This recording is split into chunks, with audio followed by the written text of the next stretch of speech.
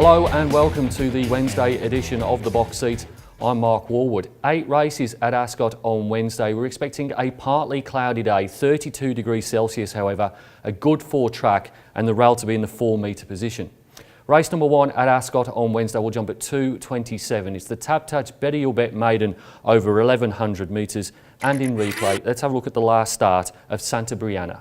Blue, Mia Dolce nursed at the top of the home straight, led at the 300, now starts to quicken, about 2 in front. Thunder God wants to lay in from Santa Brianna, down on the inside Carabinea, but it's hands and heels for the fave at the 100 mark, well clear Mia Dolce. They're all battling out for the minor placings. Mia Dolce is going to canter in, the first favourite's going to jog home. Mia Dolce by 3, Santa Brianna, Thunder God. Doesn't look like the strongest maiden to kick off Wednesday at Ascot. Good times. Going to go with Santa Brianna. Thought it was a pretty decent debut behind Mia Dolce. Was beaten 3 lengths. Mia Dolce ran quite well in the Magic Millions 2-year-old race at Pinjarra Park. Gets William Pike's help as well in what is a moderate contest, and she does hail from a decent family. She's a full sister of Hot Breezer that's won 3 of its 23 starts, albeit over a bit further than 1100 metres. Goes on top from number 4, Cat Kazis. This is a colt from the Mount Hollywood stud owned by Craig Thompson. Another one trained by David Harrison here. I think he's got a pretty strong hand in this race. Trial behind Red Can Man, decent 2-year-old from the Wolf Yard 2 starts ago, and then trialled at Lark Hill again and beat Casual Trade, who's also in this race. So Cat Kazi goes in for second. Paul Jordan's got a strong hand in this race as well, with the top 2 runners, Problematic and Carabinea. Going to go with Carabinea. The tips there from Ryan Hill. He's ridden all the work on both Problematic and Carabinea, and he's elected to go with his half of Caramelita, a winner of 4 races from 12 starts. And then number 3, the aforementioned Casual Trade, trained by Merrill Haley, does get the inside gate here and probably maps better than most.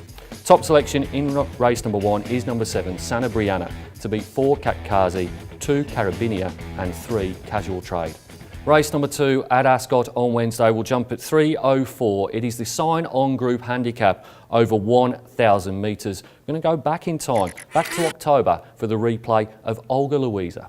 100 left to go. Crypto Kid quickly raced 2.5 in front of Olga Louise. Icemaker with a rails run. Here comes on the outside the 9th hour, and also Festival Miss with their runs at the 100 metre mark, and Festival Miss in the 9th hour. They're together, the 9th hour, Festival Miss. Noski's lifting the 9th hour. He lands the money. The 9th hour beats... 24th of October was the replay race. That was the last time we saw Olga Louisa either in a race or in a trial. So she's first up without that trial on Wednesday, but I think the form out of her last start performance when she was 3rd over the course and distance behind Night Hour, it was in this grade, but I think it reads quite well in this company. I think she might be pretty hard to beat here. Gets a decent gate, has got reasonable form, had won 2 starts prior to that, albeit at Touget. Goes on top. I think the main danger is number 2, Prince Andre. He was entered in 2 trials at Bunbury on the 8th of February, elected to go with the 400 instead of the 1,000. That's a typical Luciani ploy. It's got some decent form around the likes of Pablo's Poem and War's a Chance, although that Pablo's Poem race was very slowly run. He was beaten 3 1/4 lengths in that race. Number 6, Miss Unforgettable, gets William Pike for the 2nd time. He didn't win aboard her when he was on her back last time. It does get the blinkers here with the visor off, has won a trial. This horse has tried out over a fairly big trip last campaign, got out to 1,650 metres at Belmont and was a pretty short price as well. Has trialled up over the 950 a couple of times and resumes over to 1,000. And then down the bottom, Sheerness here, blinkers on, stays with the tongue tie. Molly Clark rides 52 kilos, probably won't be too far away from the speed. Did win a trial back in November, has been disappointing since, but this is a weak race and gets him with just 52 kilos. Top selection in race number 2 is number 7, Olga Louisa, to beat 2, Prince Andre, 6, Miss Unforgettable and 10, Sheerness. Race number 3 at Ascot on Wednesday will jump at 3:40. It's the Western Race Picks handicap over 1,600 metres. In replay, you can look at the key form reference and focus on the run of Adornment. Of Sunol, and then Ebony Magi scintillating down the outside. Pearls from Heaven inside the 200. ATM still clear. Pearls from Heaven coming with Sunol down on the inside. Spirited Schnitzel scintillating, and now Adornment. ATM swamped by Pearls from Heaven. Ebony Magi scintillating. Pearls from Heaven. I think it's Pearls. 11 acceptances for this race at Ascot on Wednesday. 3 of them come out of the replay race I think they're the three to focus on. I'm going to stick with number 8 here. Adornment was second in the replay race, was beaten a long head, but was the fastest finisher over the last 200 metres. Gets a 1 kilo pull and goes from 1400 to 1600 as well. I know the Webster Yard have got an opinion of the winner, but I think Adornment might be the one to follow on Wednesday. Goes on top from the aforementioned number 7, Pearls of Heaven. They quite fancied this horse, $6.50 paid in winning that replay race. Gets gate number 1 here. Jordan Turner stays aboard. I certainly think, looking at the breeding, that the 1400 was probably a little bit short, so 1600 should suit her just as much as Adornment. She is a big danger.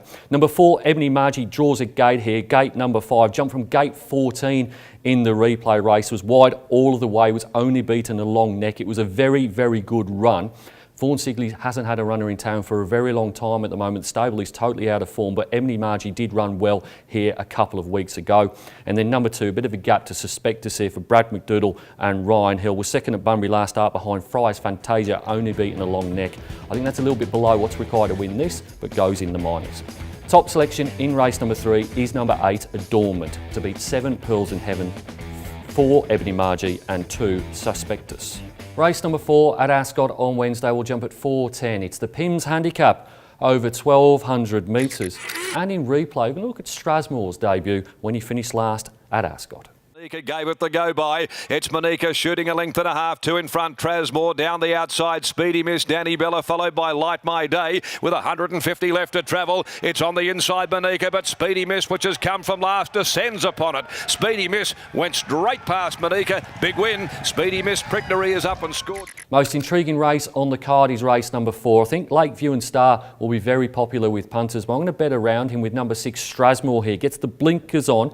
Was a disappointing debut, it has to be said, after winning a trial, but was $4.20 that day. And I think the format of it's not too bad. I certainly think it's up to midweek grade, and it's certainly probably better than Lakeview and Star achieved in winning at Bunbury. So Strasmore with the blinkers on goes on top. From another watch horse, which is number 2, Rebel Knight, well related, and it's had corrective throat surgery ahead of its return. It finished 3rd in a trial at Larkhill. It's got form around the likes of Samizdat back in July of last year. Was only beaten 3/4 of a length when finishing second to that 3-year-old winner at the Magic Millions.